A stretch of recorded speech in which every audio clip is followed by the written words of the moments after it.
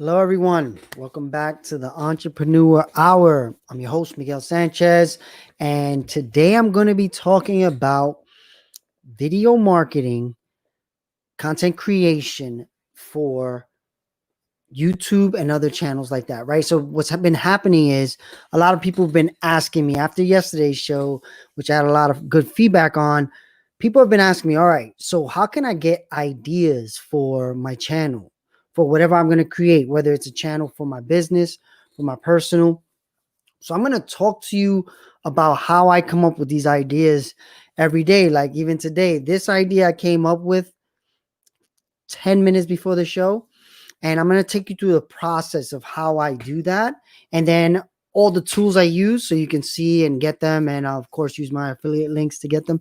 But also just how to think about it, because so based on a lot of this feedback from the last few weeks, I'm putting together an ebook that will be a lead-in to a course that I'm eventually going to create, where I handhold as many people as possible through the process of creating YouTube or video and audio content, not just the process of creating a YouTube or creating Instagram, but to how to think about it ongoing. Because this stuff, I've been telling you, I've been taking this course for about 8 months. And in 8 months, things have changed. Things have been changing. You got to look at what the algorithm's doing. You got to look at all these different things. So over time, I'm thinking I'm going to need a way to continue to help people. And it can't just be for free, right? So my idea is I'll create a course around it, right? So that's based on a lot of what the feedback of people telling me right now. Like, if you created a course, I'd pay for it, because right now I'm waiting for you to drop that course to help me, because I want to do X, Y, and Z. So I'm like, all right, it's spinning in my head, but I'm basically going to give a lot of the information out right now. So if you are on YouTube, Facebook, Twitter, the visual ones, Instagram, I can't show you my screen, but if you could jump on the or the podcast, if you can jump on the video, which there'll always be a link to the video of this show, you will be able to see what I'm talking about. So where I normally start out is I think about topics that have been coming up a lot lately in conversation. So that's where I normally say, okay, what have people been asking me, or what I've been hearing about? So even today, I was in this consulting gig that I'm starting, and I was in the office, and I heard a conversation between two people on a phone.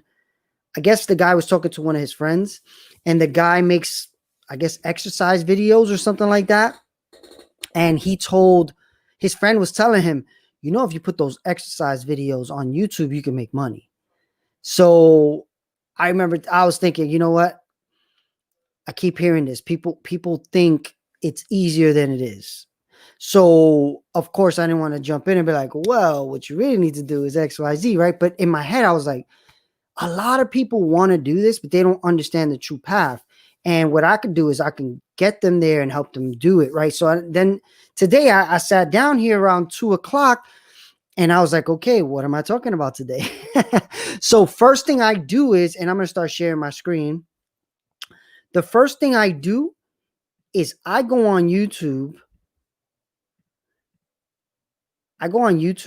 And I search what's trending, right? So the thing is, when you look at what's trending on YouTube, of course, most of what you're going to find is music related or pop culture. Or look, here we have world's fastest onboard.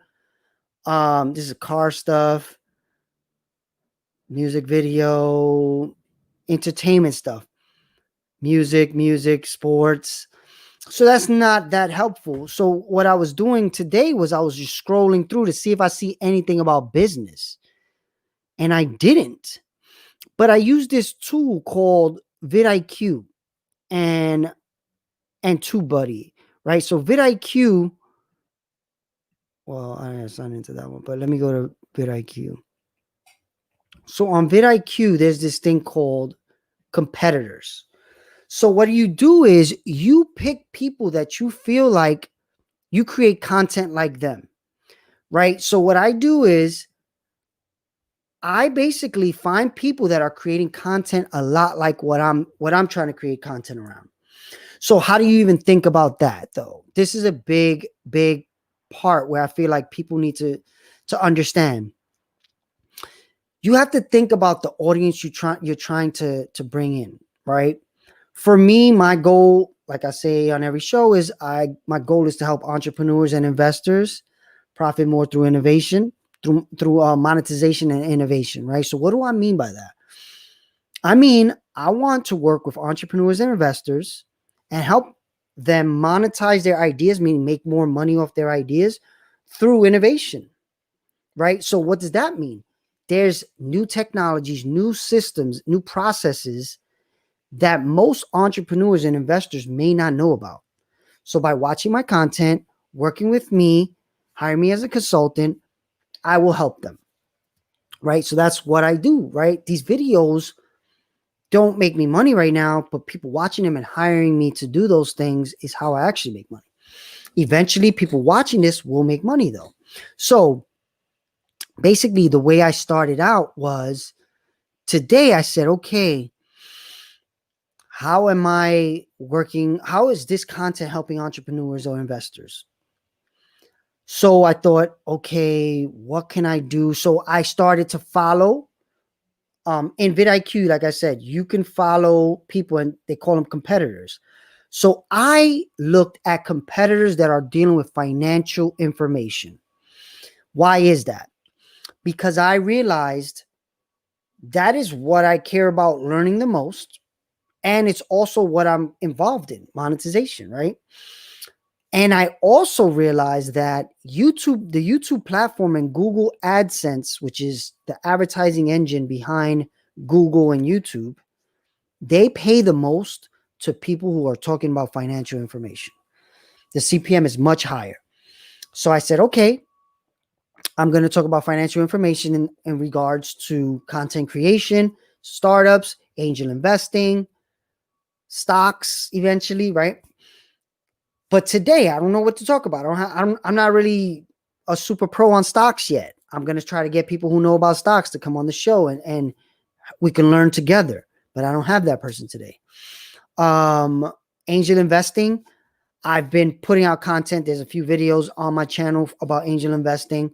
And right now I'm working on something that once that launches, I'll create a lot more content around angel investing and stock. But today I kept hearing the content thing. Okay, question here, question there about creating content. So I said, all right, a lot of people want to know where to start, how to even start. What if I don't, and this came up yesterday towards the end of the show. People were like, what if I don't sell anything? What kind of content can I make? So it just made me think about, okay, like I'm trying to do this and help multiple people do this at the same time. I need to come up with a way to have people start to think about what type of content to create. And I'm doing it myself, right? Like if the fact that I don't know every day what I'm going to talk about is because I don't have this system that I'm telling you to create. I'm thinking about it. I'm creating it. And I have a few people working with me, helping me figure it out. And here's where I am. What you have to do is you have to be able to, one, create consistently. So the way to create consistently is you have to be passionate about the topics you want to talk about. So with me, it's creative and technology, it's monetization, it's innovation. You know, of course, there's other parts of my life that like I could be making content on. I'm a father. I'm a creative. I want to get back into art. I love traveling, but that's too, I feel like that's too much to just create content around those things because it doesn't connect to my overall channel. But how I do bring it up is things like what I'm about to do in a few weeks. I'm going to go to the Dominican Republic based on a new revenue stream I'm creating during COVID. And I'm going to talk about what I'm doing there, right? So that's going to show the travel that I love traveling. It's going to show a new revenue stream in real estate. It's going to show, I'm even going to interview my dad because my dad's going with me because we're completing the project. He's my partner in the project. So I'm going to interview my dad. So it's going to show some of my family, right? My kids are too young still, I think, to be on this. So they're not But that's where, how I'm thinking about showing you more of me, right? So I have the travel, I have new revenue stream, and I have my dad. My dad, I look at the content around my dad showing you how I was introduced to entrepreneurship, right? I'm going to interview him around all his crazy entrepreneurship stories, right? But we're also going to talk about what we're doing together, right? So he's still an entrepreneur to this day, not full time, but you don't have to be a full time entrepreneur to still be an entrepreneur. I know people with amazing jobs, better jobs than most human beings, and they're still entrepreneurs on the side. They take those great jobs, the security, the pay of those great jobs, and they gamble some of that money on ideas that will help them grow multiple revenue streams. That's how I learned it. I learned it off people I know that have great jobs, didn't take the risk that I'm taking daily. I just have a different mentality of I can't do a job I'm not going to enjoy. And not to say they don't enjoy those jobs. I just haven't found a job that I would enjoy doing other than my own company. If somebody offered me a job that was like, you're going to make more than you make in the company and you're going to really enjoy it and you're going to have the flexibility that you want, I may take that job. The goal is to make as much money as possible doing what you love, right? Just having your own company doesn't always fill all those boxes, You could be filling a lot of those boxes in a job and still be an entrepreneur. So how I think about this is you have to think about you. What is it that you want to be doing? First, it starts with why. If you don't know that book, Simon Sinek starts with why. I read that book a long time ago and I really didn't figure out my why. And I'm still thinking about my why. I'll be honest. I think my why right now is I love innovation and I want to help as many people as possible, young and older. When I say young and old, I say that because young people have the opportunity to get involved in innovation early and take advantage of it for a long period of time. But if someone in their 20s, 30s, 40s, 50s, 60s, 70s, 80s wants to get involved in innovation through investing or entrepreneurship, I want to help those people too. So it all kind of comes around innovation. But my specific skill set and passion of what I learned how to do myself is creative and technology. So I love those things. I am able to do a lot of things myself. And that's a lot of reason why I can do as much as I do right now around content, because I didn't just start from scratch. I have been creating videos and stuff like that for clients for a long time. I just never did it for myself. I never put myself in front of a camera until last year.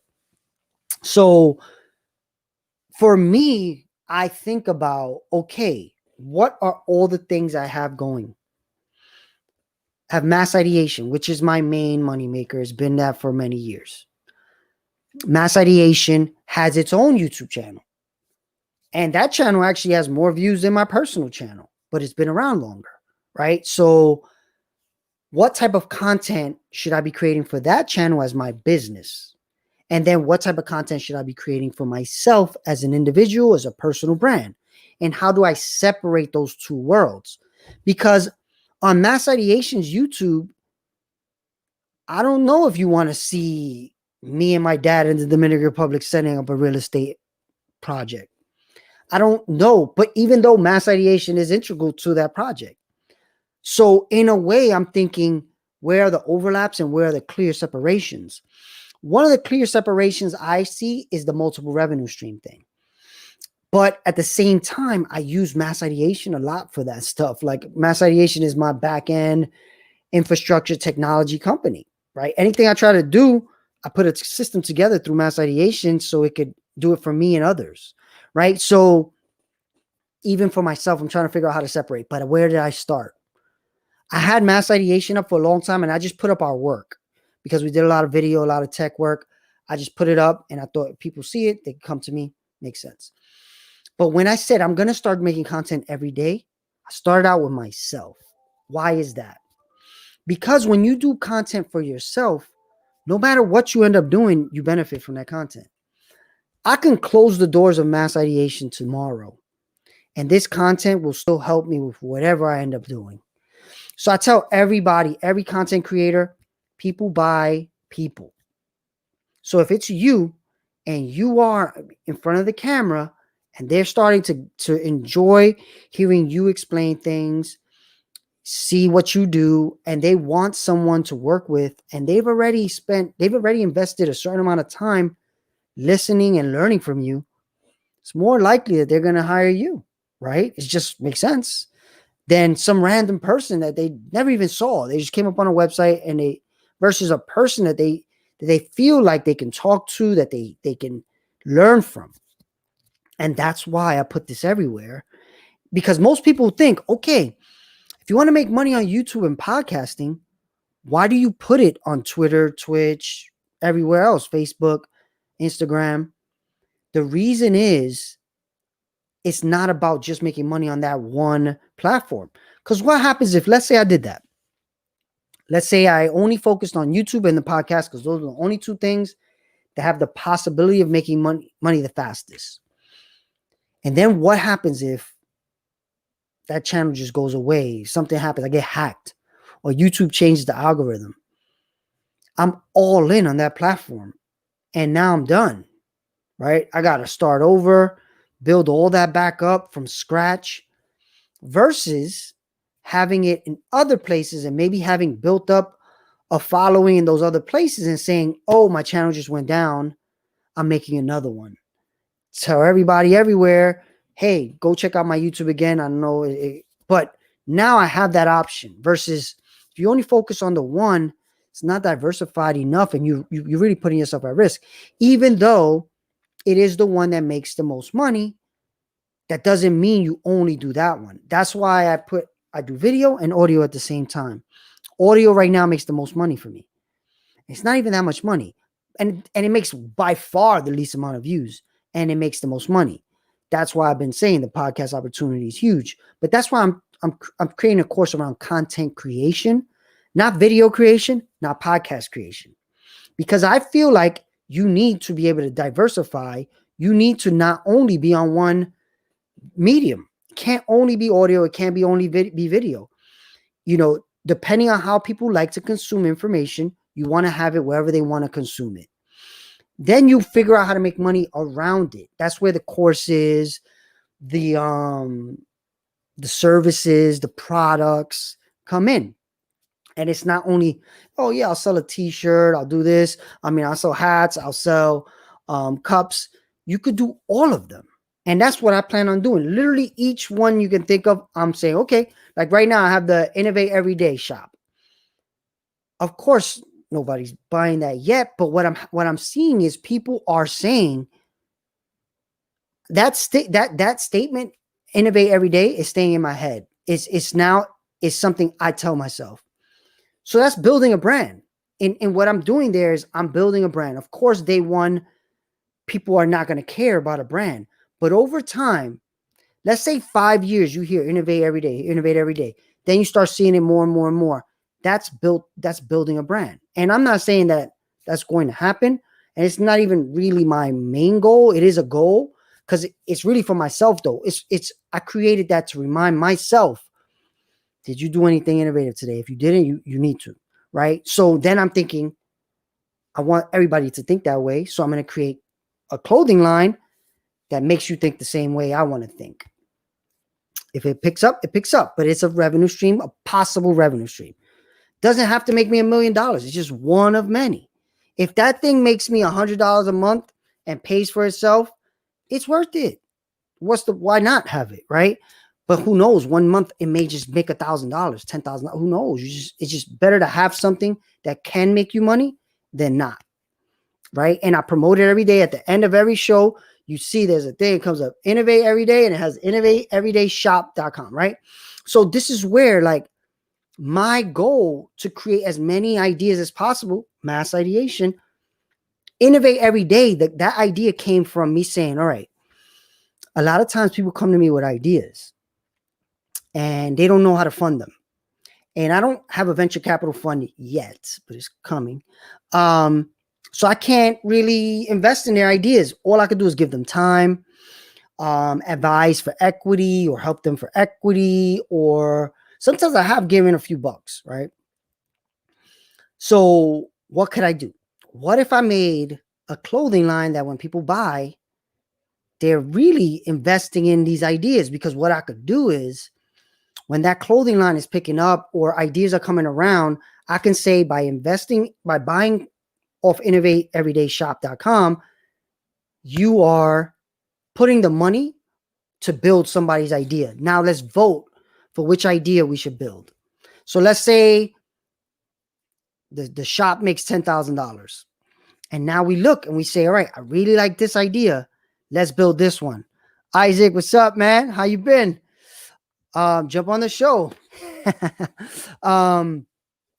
So Isaac is one of my Meta Bronx students from this summer. I believe, right? That's you, Isaac. So yeah, basically that was the idea behind that brand. And how does this all work with content creation? The reason it all connects is because the content is not going to make you money. The actual video being up on some platform, that's not going to make you money for a long time. Like probably a few years. When you really get into this game and you see all these people, even these top people with 100,000 subscribers, not 100,000 followers on like Instagram, Facebook, and they try to go into YouTube, even them, they have trouble getting to monetization. Because like I said before, it takes 4,000 hours of watch time and 1,000 subscribers before you can make money on YouTube. So it takes some time to build that up. So no matter where you come from, it's going to take time. With podcasting, very different. Day one, you get 1,000 views, you make $15, right? So that's very different. But that's why I'm not really relying on any one of these specifically. I'm putting it everywhere and I'm trying to give value. But at the same time, I'm thinking, how can I make money around this content?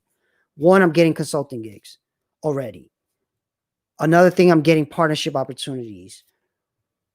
Another thing, I'm getting time investment opportunities, right? So like, I won't even go into, but I'm going to launch something pretty soon. You'll see. And that's coming from the content and the relationships around the content. So the idea of creating content with the express idea to make money off of it through, through the idea, through the video playing on YouTube or Facebook or Instagram, wherever, that is a tough way to start. Don't start that way. Start with, what can I make money around this idea, even if you are entertainment? So based on yesterday, somebody said it. What if I don't sell anything? What kind of content should I make? So this is where you still think very similar, but you think about what is the most entertaining to the most amount of people that I enjoy talking about. Why is that? Because eventually you will be selling to sponsors. So think about this. Think about gamers, which I'm working right now with my son. I'm trying to get him to be a gamer, online gamer. We just got a PC. He's been, getting used to going from PlayStation to a PC. It's a big difference. So he's not as skilled. So he's struggling with that. But while he's doing that, I'm teaching him about the other side of, once you are good, here's how we will start to monetize and create a brand for you. So how I'm thinking about it for him. Of course, he's playing the most popular games: Fortnite, Among Us, Valorant, right? So he's playing them.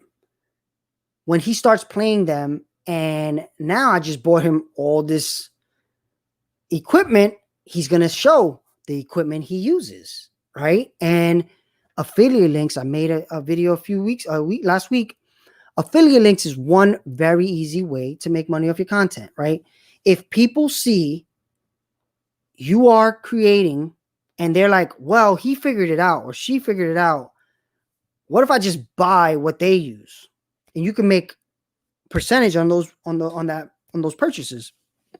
So off doing that, I've made some money. It's not like thousands of dollars, but there's been 18 clicks through my affiliate links last week, right? So that's 1 week, 18 clicks, right? I got to see where the money turns out to be, but that's already a revenue stream without the videos making me any money, right? So the affiliate link, having an affiliate link that links to either a product, a service that you have, you can make even more money, right? So imagine having whatever your service is. So let's say for mass ideation, I had this deal, which I don't, but $9.99 website, and I have that on the link, and people click and they buy that off of me. Then I make $9.99 every time somebody clicks that. So if I get enough views and I get enough clicks, that link made me money. The actual views on the website of YouTube or Facebook or Instagram or wherever else didn't give me any advertising revenue, but the click of that person going and buying from me did. So you got to start there. You got to think about what can you link people out of this content for that can make you money. So there's affiliate, there's services, there's products. So I just talked to you about clothing, right? That's what most people think about. Oh, I'll sell hats, I'll sell shirts. The percentage, though, of actual people that buy that stuff is very low. So when you hear that, a part of what I like to coach people on is don't make the clothing thing your only thing. It's a very small percentage of people that will buy your clothing line. But if you have a service that is really valuable and the audience you're bringing will want it, you'll make way more money doing that than clothing. So affiliate, yes. So basically, start by thinking in that affiliate model, but you could be the affiliate, right? Like you don't only got to send people to things that other people make money from and they give you a commission. You could send people to things that you actually make money from and you make the whole thing. So that's where I'm starting to understand. And from all the conversations I'm having, content creation is the thing I should be creating a course around. So that's what I'm starting to work out. But for you, let's say if you didn't have, and of course, anybody watching Girls Rag to Riches, I know you're about to go down this path. If you have any questions, let me know. But I'm discussing how to think about creating content that makes you money through video marketing, but also I put YouTube channel ideas because I know everybody who thinks YouTube first. And they should. I'm not going to lie. YouTube should be the first place you think of. Why? Because it's searchable. Google owns it. Most people go to search for things first on YouTube or Google. So you want to come up. So how I do that? So I'm going to start showing you. I know if you're on Instagram, you can't see my screen, but I'm going to link to the YouTube, or you could go to my YouTube. It's youtube.com/Miguel Sanchez World. And I'm going to start showing my screen, but I'm going to explain it to a color commentary, So here's the first thing I do.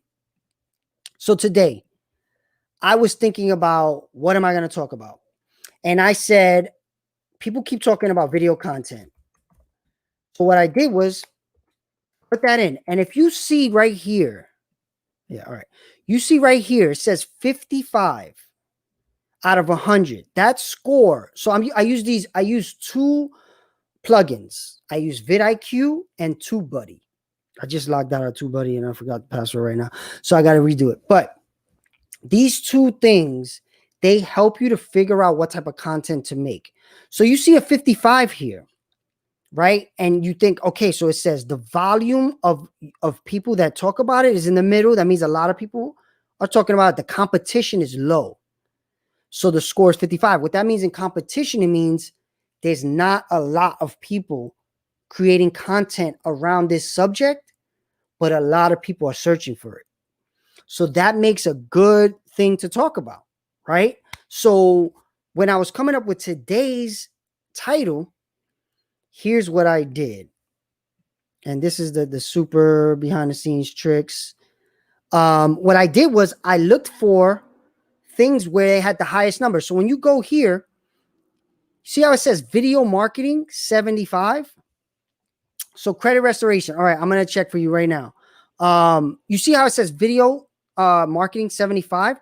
That means if you have the word video marketing in your title, it's a really good thing to have. So video marketing, I'm gonna check that. Then I'll check credit restoration right after. So you see 75. It says the volume is it's higher and very low competition. So that's why I said, okay, today I'm going to talk about video marketing. But then I took it even a step further and I started saying, what else can I put? Because just to put video marketing, what could the title be? What am I going to say? Video marketing, that's my title. So I started thinking about, all right, how to do video marketing for YouTube. So then I started searching YouTube. And when I got to YouTube channel ideas, I saw YouTube channel ideas was a 68. So I put video marketing for YouTube channel ideas. So I put both of them. So now I'm going to get both those search volumes for my one title. So now that video is set up to get a lot more eyes on it, right? So before I even started the show today, I came up with a title that draws people in based on what I know people are going to search for. So let's try credit restoration, which is what oh shit, what's going on? Wait. Rags to riches said. Big brain talk with Big Brain Miguel. All right, Isaac, man. Nice. Thank you for coming by. All right, credit restoration. All right, so credit restoration has a low volume, but a very low competition. So that's kind of not good, but it's still a pretty high number of 45 in vidIQ. So I say it's kind of worth it, but you should think of what else goes into that title. Credit restoration for small business owners, right? Let's say it was that. So I'm going to look up small business. And I'm kind of cheating because I already kind of know that small business is a good term. But small business has a high volume and a medium competition. So now if you made your title credit restoration for small business owners, you will get some more decent. So credit restoration for investment. All right, let's see if the word investment, what comes up. Investments of 52. So small business was better than,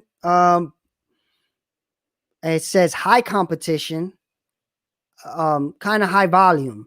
So this is where I kind of say, okay, I want to talk about a subject, but are enough people caring about that subject for me to talk about it, right? So I'm not only creating content that I believe people want to know, I'm looking on YouTube to see what people search for.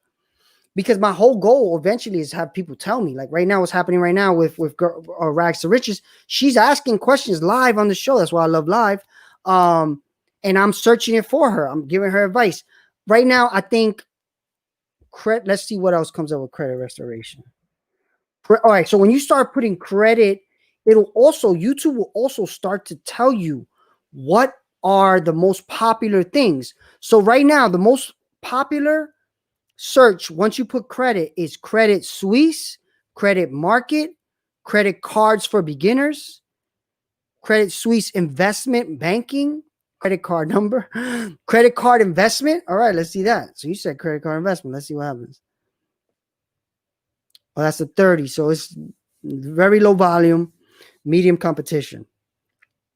But another thing to look at. So this is another big trick that you could do. You could look at the results. And if you see the person that is talking about the result, so okay, the first result on here has 50K views. Oops. But he has 280,000 subscribers. So one easy way to know if this is a very good topic is if the views are higher than the subscribers. So you think 50,000 views is a lot, but he has 280,000 subscribers. So he is probably not that good of a topic. But I'll check again. I'll check more people. Of course, this is like a big channel. Good Morning America. So from what I see, this guy, I know he has a lot of followers. This guy, I know he has a lot of followers. A lot of followers. A lot of followers. So the views to follower seem like they're much less than the follow count. Not to say you shouldn't do it, because I'll tell you right now, I make videos based on this too. Not really worried about generational wealth. All right, I'm gonna check that out. But basically, let me finish my point. You just gotta get used to. You gotta put up shots. You gotta practice in the gym. Right now, being super specific with the keywords is not the main goal. I would tell you. The main goal is practice being in front of a camera, get the bad out during practice, right? Because it's going to take months before you feel like it's good. So right now, you don't want your best videos ever or the best searched videos to come out now, right? Well, or maybe they might. You never know. I saw one girl, she did a video about homeschooling her kid on her phone, and it got 1 million views. And it was one of her first videos because she picked a topic that she timed it perfectly with COVID. It was crazy. She didn't mean to. She made it, and then COVID hit, and everybody had to homeschool their kids. And her channel was around homeschooling. She was doing it off her phone like this. And COVID hit. She's a channel about homeschooling. She has a video that's very interesting about homeschooling, and we all just have to transition to homeschooling all our kids. So she got a bunch of views. So, and she even says it, this video sucks. I hate it, but it has most of my views. But hey, I'm not gonna take it down. It's got 1 million views. Some people must have liked it, right? So part of it is just getting those shots up pretty much. So, all right, you said generational wealth. Let's look at that. Generational wealth. So generational, as you start typing generational, wealth is the first thing that comes up. So YouTube is telling you this is the most searched things when you start. And this is a good one. It says it's a 65. Volume is in the middle. It's not like searched a lot, but the competition is very low. So if you look at, all right, let me look at this person's channel. Watching an ad. So see, this person has 360,000 subscribers, and this video only has 60,000 views. Of course, only is relative, right? If I got 60,000 views on any video right now, I'll be doing backflips. But if I had 360,000 followers, I don't know if I would be as happy, but whatever.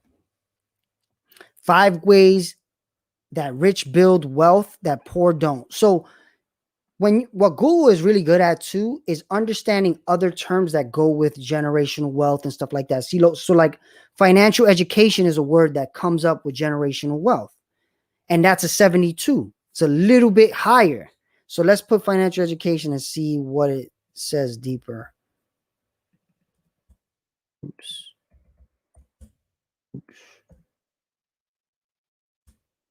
So financial education, 72, it says high volume, low competition. Financial education. And what I told you before, if you were on, financial education channels make the most money on YouTube. The CPM is like 5 times more. If you don't know what CPM is, CPM means how many dollars per 1,000 views do you make?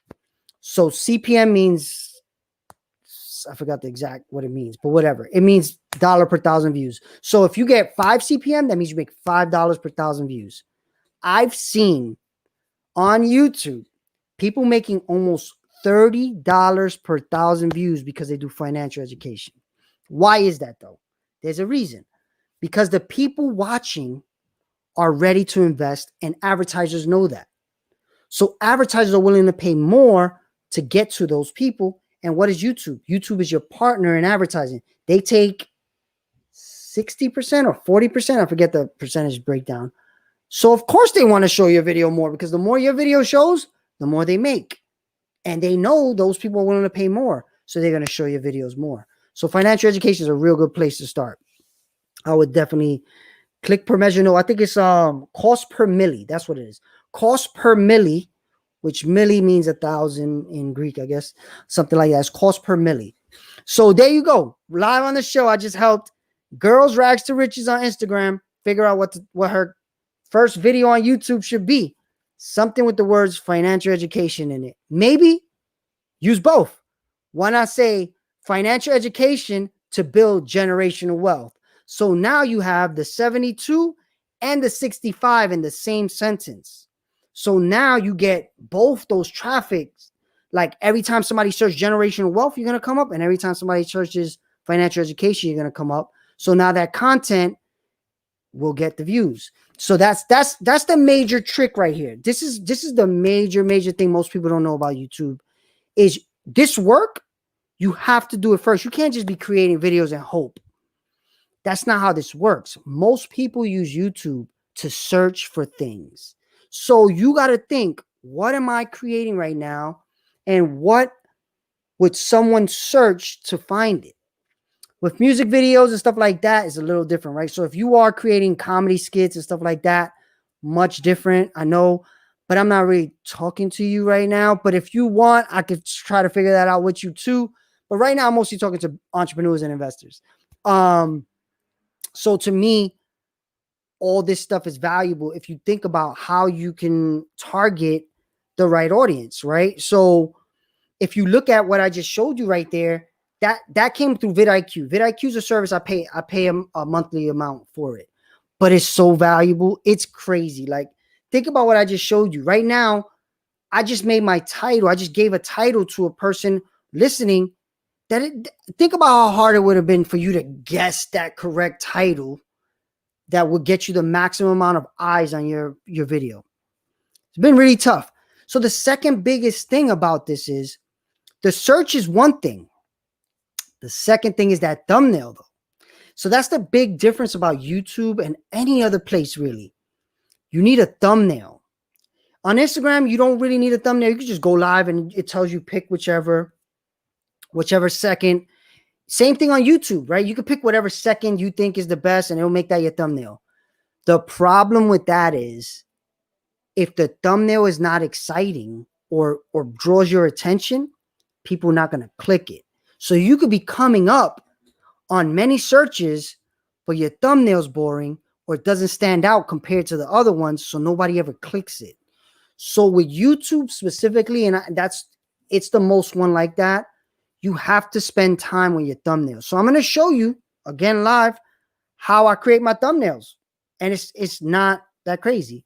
So, all right, I'm going to go there. It's called canva.com. Free software. The other one was paid, but TubeBuddy and vidIQ have free versions. So you can use the free versions, but if you want to really step your game up, they have free ones. I mean, they have paid ones and they really, really are helpful. So when you go to Canva, I'm showing you my Canva. So these are my old thumbnails when I first started the show, you can see. And then this is when I started making a transition to the other look of the show, right? So now what I do is, you see branding. First thing you see my face on every thumbnail. Every thumbnail that's not a guest. And now even the guest, I put my face. Why is that? If you're building a personal brand, they need to see your face. You can't be making thumbnails and then your face not be on it, because as you start growing and they like your content and they see your face, they're going to click it. But if they don't see your face or see a similar look to the thumbnail, they're not going to know it's you, and that's where the thumbnail is so important. It's so important. So if you look, I always have my face. I reuse a lot of times one of them, or sometimes I take a clip out of the video. And what I do is I go to this site called remove.bg. And what remove.bg does is you literally drag an image into here and it cuts it out for you. And then I take that image and I copy pasted it into here and I go. And I know Photoshop. I could do it in Photoshop, but I'm trying to figure out how you could do it without Photoshop. So I'm putting myself in your shoes in a way and saying, how would somebody do this that doesn't have the skills that I've learned? Because I'm going to put together this course, right? And I'm going to show you how to do it for as little money as possible, or you can invest more in yourself to get the better parts. So, of course, Canva has a paid tool. I don't have to pay for it, but I do pay for vidIQ. I pay for Descript. I pay for, what else? I pay for this YouTube training that a lot of what I'm talking about comes from that, but it comes from a lot of different things that I'm learning. But a lot of it comes from this YouTube training. And this YouTube training costs more than I'm going to charge, right? So my idea is I'll create a training based on you learning from what I'm learning, plus everything else I know, right? So that's my idea of how I'll start. Because this person, he's been around for a long time and he has thousands of people paying him $100 a month. I'll get there one day. But the idea is the thumbnail. The thumbnail is super important on YouTube. You can't just throw something up and hope. So You got to look at Canva. Canva has templates and all that. So see, look, even right here, you can see these are some templates for YouTube thumbnails. So right there, they even give you some. You can literally take one of these. I can show you right now. Watch this. I'm going to take this one. I'm going to take this and I'm going to say, I'm going to take her title for right now. Financial. I can't spell for nothing. Financial, what we say? Financial education to build generational wealth. So here's a big thing here. You don't always have to put your whole title in your thumbnail. Actually, what I've been finding is it's better not to. So if you look at my thumbnails here, you see I don't even have words on my thumbnail. It's just an image with a reference to what I'm talking about. So this one is about introduction to artificial intelligence. So of course I put an image where people are going to be like, what the hell's going on in this video? You got this scary looking robot looking at this guy and he looks like he's not fazed by it. Let me click it. That's how I thought about creating this thumbnail, right? Because what I want to show is, of course, when they search introduction to artificial intelligence, which is going to come up because I searched it, they're going to see this weird thumbnail with this Puerto Rican guy with a robot staring down his back. Let me see what this is about. That's how I'm thinking about it, right? And of course, they'll get information as they listen, and hopefully they like and subscribe, just like you. Hopefully you like and subscribe. And anybody listening to the podcast, please give me 5 stars. It helps the algorithms on the podcast. And then it helps the algorithms on YouTube by liking and subscribing. So when you're thinking about YouTube specifically, this is how the algorithm works of YouTube. So talking about AI, here's how the algorithm of YouTube works. If you want to create content for YouTube, here's what you got to know. YouTube is going to show your content. Where's my podcast? It's on Apple. It's on Spotify. It's on everywhere. But it's really on my link in my description of YouTube, of my Instagram too. But it's pretty much, you search Miguel Sanchez World on any podcast and you should find it. Thank you for asking. And the way I do my podcast is I don't post what I post today on the podcast tomorrow. I post it maybe a week, a month later, because I want people to come on the show. I want people to interact with me live. So if you come on the podcast, it's to catch up, not to see things live. See things live, you come to the channel and you watch the videos daily. I'm trying to make sure people come to my thing daily. And then if they miss it, they can listen later based on whenever I post it. So that's how I think about it. So what was I talking about with the artificial intelligence of how the algorithm works of YouTube? So YouTube's algorithm specifically, this is how it works. You post something, the title and the description should have the same keywords that the title had. So like if I told you for this one, financial education to build generational wealth, in your description, you should have those keywords: financial education, generational wealth. You may even want to add the hashtag financial education, generational wealth. Why is that? Because if you go to YouTube and you go, let's say we go to one of my videos. Actually, I go to my channel. Right? You go to one of the videos and you click the hashtag. What happens is YouTube shows all the videos that use that hashtag, right? So right now it's New York, because also location is another thing. I put New York there because some people search New York, and when they search New York, your content will come up too. So I'm going to go all the way to the hashtag. So I usually put it on the bottom, content creation.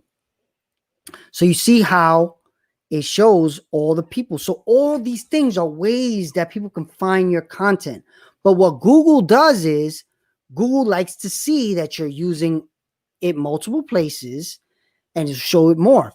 But what happens is show it more means it's going to show up on searches. So you see how I search content creation and these guys come up, right? What Google now wants to see is I showed it to you, but how many people clicked it? So I'm going to go into my back YouTube studio and start showing you how this works. So I'm going to look at this video that I made with Jose last week. So this video in the last 48 hours has got 84 views. 90% of those have come from suggested videos. So what does that mean? When you're watching a video, you know on the side it says YouTube suggests these videos. 90% of the traffic in the last 48 hours came from that 80 views. And there's not thousands, but eventually that grows and grows and grows. And in 2-3 years, that could be thousands of views a day, making me money every day off all those videos, right? So this is what you want to look at though, right? See how it says 90% came from suggested, 4% came from YouTube search. So people were not searching the term, but somehow it's getting suggested to them. And 90% of them are clicking. I don't know how that's happening. Cool, but whatever. So what YouTube wants to see though, they want to see the click-through rate. What that means is when you see the thumbnail, how many people actually click it. So what YouTube says is, okay, we're showing this video to a lot of people and a lot of people are clicking it. It must be good. So I'm going to show it more. And if more people click it, I'm going to keep showing it. Then there's another piece to the algorithm. These are all variables that the algorithm uses. The other variable is how long people watch it. So of course I'm making hour-long videos. So it's very unlikely that people are going to watch the whole hour straight through. But on this video specifically, people are watching on average 15 minutes. That's pretty high for an hour-long video. So YouTube has been showing it more and more because they realize people are clicking it when we show it and they're watching a lot of it. So for YouTube's algorithm, that's check, check, check. Let's keep showing this video because it's keeping people on our platform because they're watching 15 minutes. That's 15 more minutes that they stay on our platform. That's what they want. YouTube wants people to create videos that help people stay on their platform. So when you think about all the check marks of make sure your thumbnail is good, so when they see it, they click it, and make sure your content is good, so when they get there, they stay. If you do all those things and you put the right keywords everywhere, and that's even in the tags, everything, and then you even got to go, and I'll show you. You got to put it in the tags, right? You have to name your thumbnail the same thing as your title with the keywords in it. All these things help the algorithm say this video is really about this topic, right? And then you look, and this is all vidIQ stuff. It tells you what time to post. It's pretty crazy. Then you look at the tags. The tags have the same number that I was showing you, right? So you basically put all the right tags in the thing, and then you look at the more options. This is where it really comes up. You can get even more views. So here, this is where I put New York. So anybody that searches New York, maybe my video will come up. That could be one of the suggested videos that it's talking about. Education. So remember I told you financial education is the biggest money maker when it comes to ads in YouTube. So I put my category as education because I am. That's what I'm doing, right? It's not entertainment, it's education. So and then when you put English as a language, Google will automatically try to transcribe your whole entire video, meaning it tries to make all the words that it hears you say, it puts it as text. So Google can search it and see how many times you're using the keywords in that actual video. But what you can do is you could kind of game the system, but YouTube will catch you doing this. So don't do it. You can go into your, like if you use Descript like me, Descript will have, they'll transcribe it for you, and you can make sure that you said generational wealth, financial freedom in there. But also remember this when you're making the content. Remember to say what your title is a few times. Like for today's, my title is, I'm talking about video content creation, right? For YouTube channel ideas, right? So right now, the fact that I said that, the text will say it, and now YouTube may show it more when people search that. So these are all little variable checks just for YouTube. I'm just talking about YouTube. Each one of these have their own whole world, and I'm studying them one by one. And that's pretty much what my course is going to be when I come up with it. And it will be in the description once it's live, maybe in 6 months, whatever. But the idea is you should be thinking about all of this and starting. Just try, learn, just because it's gonna take time. I'm telling you, I've been doing this almost every day for 6 months. And this is with one of the top people in the world teaching me through his course. So of course, in 6 months, I'm light years ahead of where I was before I tried this. But now I'm like, all right, everybody's asking me, how can I help them? So I'm glad everybody's asking. Thank you so much, Rags to Riches. And anybody else with questions about how to create, what to create their channel around. So now, even when I think about my company, what I'm going to do with Mass Ideation is I'm going to start talking about the projects we created. The augmented reality project for Chanel, the first augmented reality game for IHOP, the time I worked on the Super Bowl commercial for Seinfeld. So how am I going to talk about that? I'm going to put myself on camera and I'm going to talk about the project. I'm going to tell the story of the project. I'm going to tell everything that happened. And I think it'll be interesting more than just showing the actual video of what we did, right? To see, understand how we work, how I work, how it all went down, the fun, the crazy parts. I just think it will make it more engaging for potential clients, because clients are people. We know how crazy this world is. And for instance, that Seinfeld commercial, the story was pretty funny and crazy, but we did it and it worked out. Everybody was happy. And that's why people come to me. I often joke that Mass Ideation, the MI, also stands for Mission Impossible, right? People come to me and they're like, all right, I got something crazy. I don't know if you could do it. I'm like, yeah, this is what I like. I like to figure these out. So I want to show that, right? But I never show that. Nobody knows that except people on my team that worked with me on it. And they're like, this shit is crazy. I don't know how you do this. And I'm like, this is what we built to do, right? But the world doesn't know that. So now I can put that content out, draw people into it, and possibly get hired for more projects. Maybe not all Mission Impossible ones, though. But I'll draw in projects that are interesting to me, right? I'm not going to take the projects that I hate doing and create content around doing stuff I don't want to be doing, right? I could control the type of content the type of projects that come in through my content. So that's where I'm thinking on the Mass Ideation side versus on my personal brand.